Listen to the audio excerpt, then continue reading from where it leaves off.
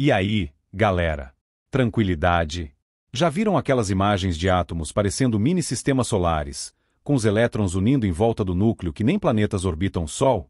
Mas será que é assim que os átomos funcionam de verdade? Já adianto, não é. Hoje, a gente vai mergulhar no porquê dessa comparação popular ser furada e como os átomos são de verdade. A gente quer desmistificar algumas das ideias erradas mais comuns no ensino de ciências. E para começar com o pé direito, vamos falar de átomos e por que eles não são tipo mini-sistemas solares. Bora dar uma rapidinha no tempo, lá pro comecinho do século XX. Cientistas como Ernest Rutherford e Niels Bohr estavam quebrando a cabeça para entender como eram essas pecinhas minúsculas que formam tudo. O Rutherford fez aquele famoso experimento da folha de ouro e descobriu que os átomos têm um centro pequeno e denso, o núcleo, com os elétrons meio que perambulando por perto. Isso até que lembravam os planetas em volta de um Sol. Aí o Bohr pegou essa ideia e foi um pouco mais longe, dizendo que os elétrons só podiam ficar em caminhos específicos, cada um com uma quantidade certa de energia.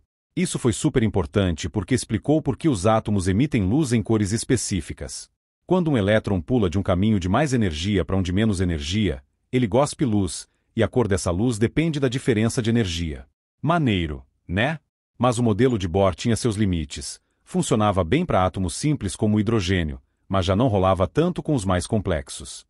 De primeira, a ideia de sistema solar é bem atraente. Você tem uma coisa pesadona no meio, o Sol ou o núcleo, e coisas menores, planetas ou elétrons, se movendo ao redor. Para ter uma ideia, o oxigênio tem 8 elétrons, assim como nosso sistema solar tem 8 planetas. É uma comparação até bonitinha, e provavelmente por isso que ficou na nossa cabeça e nos livros didáticos. Mas é aqui que a coisa fica interessante. Apesar dessa imagem ser fácil de imaginar, ela não bate muito com a ciência de verdade, com a física da parada toda. Vamos entender por que os átomos não são esses mini-sistemas solares. Para começar, as forças que mandam no pedaço são completamente diferentes. No nosso sistema solar, é a gravidade que mantém os planetas nas suas órbitas ao redor do Sol. Mas nos átomos, quem faz o trabalho pesado é a força eletromagnética. O núcleo, que tem carga positiva, tem um baita chamego nos elétrons, que tem carga negativa. Gravidade? Bom, ela é tão incrivelmente fraca no nível atômico que praticamente nem entra na conta. Outra parada é que as regras do jogo são outras. Os planetas seguem o que a gente chama de mecânica clássica. Isso quer dizer que se você sabe onde um planeta está e a velocidade dele, dá para prever quase certinho todo o caminho que ele vai fazer. Já os elétrons jogam pelas regras da mecânica quântica. Eles não têm esses caminhos definidos. Em vez disso, eles existem numa espécie de estado borrado de probabilidade, descrito por uma coisa chamada função de onda. É meio doidão, eu sei. E saca só essa, se os átomos fossem mesmo mini-sistemas solares, eles nem existiriam. Segundo a física clássica, esses elétrons ficariam perdendo energia o tempo todo e iam espiralar direto pro núcleo em menos de um piscar de olhos, fazendo o átomo todo implodir. Mas os átomos são estáveis, o que mostra que tem alguma coisa fundamentalmente diferente rolando no nível quântico. Pensa comigo, se os elétrons ficassem só rodando que nem planetas, eles iam estar mudando de direção o tempo todo, sacou? E mudar de direção significa acelerar.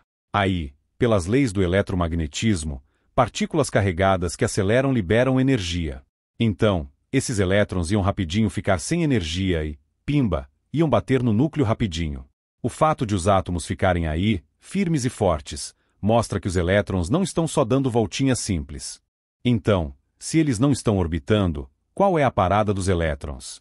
Bom, no mundo maluco da mecânica quântica, os elétrons ficam em regiões chamadas orbitais. Imagina que são tipo espaços tridimensionais onde tem uma chance alta de você trombar com um elétron. Para ter uma ideia, a orbital mais simples, chamada de orbital S, é tipo uma bola em volta do núcleo. O elétron pode estar em qualquer canto dessa bola, mas a gente não consegue cravar onde ele está naquele exato momento. Essa indefinição rola por causa de um negócio chamado princípio da incerteza de Heisenberg, que basicamente diz que a gente não consegue saber ao mesmo tempo a posição exata do elétron e a velocidade, o embalo, dele. É que nem tentar pegar um mosquito no escuro. Você sabe que ele está ali, mas não dá para dizer certinho onde ele está agora e para onde ele vai depois com total certeza. Às vezes rola uma comparação com um ventilador girando rapidão. Quando as hélices giram muito rápido, parece um círculo borrado, e você não consegue dizer exatamente onde cada hélice está naquele instante. Isso te dá uma ideia meio por cima da nuvem eletrônica, onde os elétrons estão meio que espalhados em volta do núcleo. Mas liga só, nem essa do ventilador é perfeita. As hélices do ventilador têm posições certinhas em cada momento, mesmo que a gente não veja direito.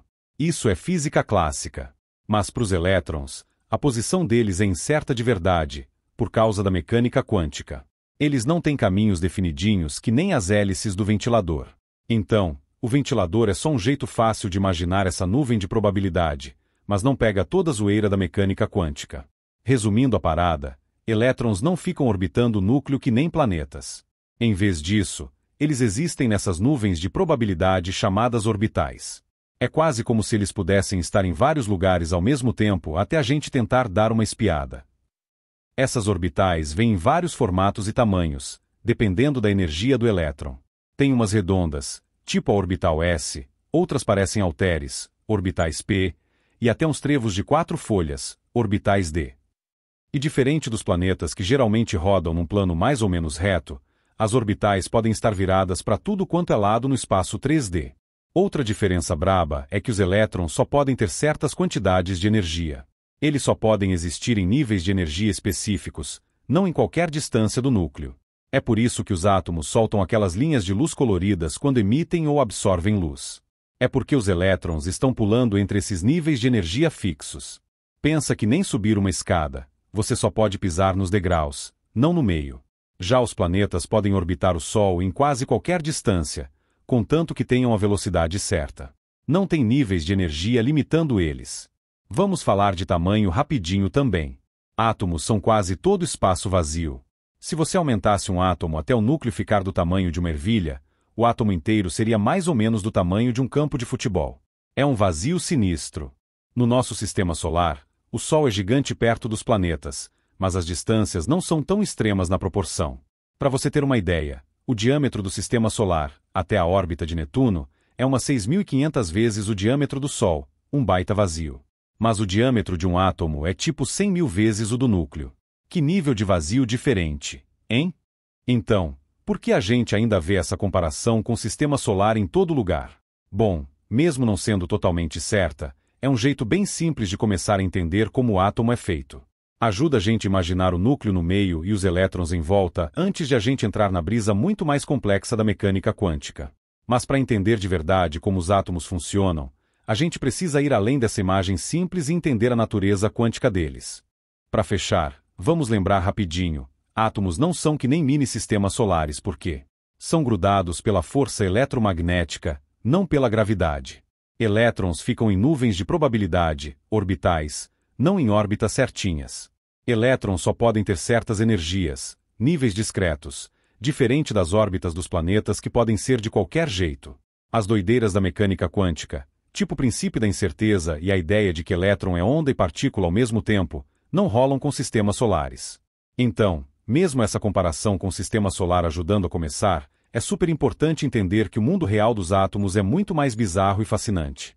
E aí, agora que vocês já sacaram que átomos não são mini-sistemas solares, que outras paradas da ciência vocês já se perguntaram? Deixem suas ideias e outras dúvidas nos comentários aqui embaixo. Vamos aprender e explorar juntos. E lembrem-se, questionem tudo e aprendam cada vez mais. A gente se vê no próximo vídeo.